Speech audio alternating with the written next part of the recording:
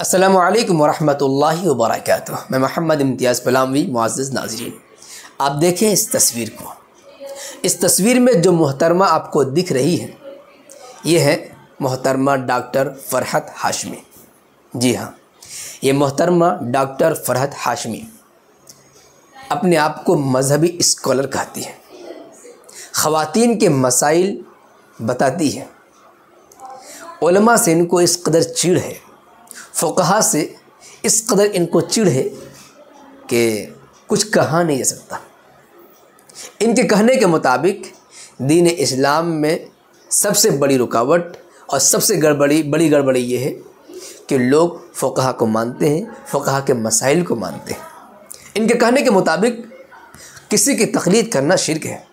इनके कहने के मुताबिक फ़ुक़हा किराम की बातों को मानना कुरान व हदीस की मुखालिफत है।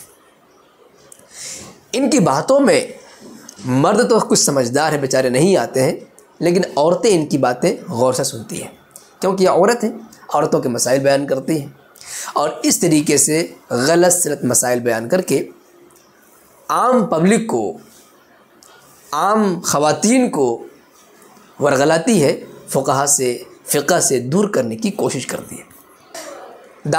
इनका दावा ये है कि हम सिर्फ कुरान और हदीस को मानने वाले हैं, कुरान और हदीस को फॉलो करने वाले हैं, लेकिन देखें ये अदब और तहज़ीब से बिल्कुल भी खाली है। देखें, आप ज़रा ध्यान से देखें इस तस्वीर को। नीचे टेबल के ऊपर कुरान पाक का नुस्खा रखा हुआ है। कुरान पाक के ऊपर एक पतली सी कोई किताब रखी हुई है जो कुरान करीम के अलावा है। उस किताब के ऊपर मोहतरमा का लैपटॉप रखा हुआ है। क्या कुरान करीम की बेअदबी नहीं है? कुरान करीम पर कोई भी किताब रखना ये कुरान करीम की बेअदबी है। हम मुसलमानों के सीनों में, हम अहले सुन्नत व जमात के सीनों में कुरान करीम की अज़मत इस कदर है कि हम कुरान करीम की तरफ अपने पैर फैलाने को भी गुस्ताखी समझते हैं।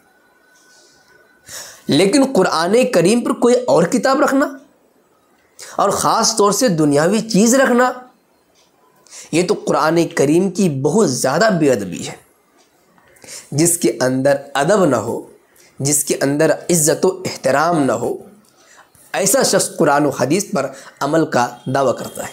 बहुत ही अफसोसनाक मसला है। इसलिए मैं प्यारी माँ बहनों से कहना चाहूँगा, उम्मत मुस्लिमा से कहना चाहूँगा कि आप ऐसे गुस्ताखों के चक्कर में हरगिज़ ना पड़ें। जी हाँ, जिसके अंदर अदब ना हो, तहज़ीब ना हो, वो क्या सिखाएंगे मसाइल, क्या सिखाएंगे आदाब? भाई आदाब भी तो कुछ चीज़ होती है। खाने पीने के आदाब हैं, तो कोई लुकमा गिर जाए उसे उठा कर के खा लो। कैसे बैठना है खाने के वक्त, खाने के आदाब है। नमाज में कैसे खड़ा होना है, कैसे रुकू करना है, सजदा करना है, कैसे बैठना है, तमाम चीज़ों के आदाब बयान किए गए हैं। अगर आप आदाब की रियायत नहीं करेंगे तो आप गुस्ताख माने जाएंगे, बेअदब माने जाएंगे। और जो शख्स कुरान करीम जैसी मुअज़्ज़म किताब की बेहुरमती करे, बेअदबी करे, उससे आप क्या तवक्को रखते हैं कि वो कुरान करीम के मसाइल को मिन नुआइम अदब के साथ आपकी खिदमत में पेश करें। इसलिए ऐसे नाम नहाद स्कॉलर से अपने आप को बचाने की ज़रूरत है, जिसके सीने के अंदर कुरान, हदीस, किताब, उस्ताज़, बुज़ुर्गान दीन का एहतराम ना हो। आप ऐसे लोगों से दीन सीखने की बिल्कुल भी कोशिश न करें।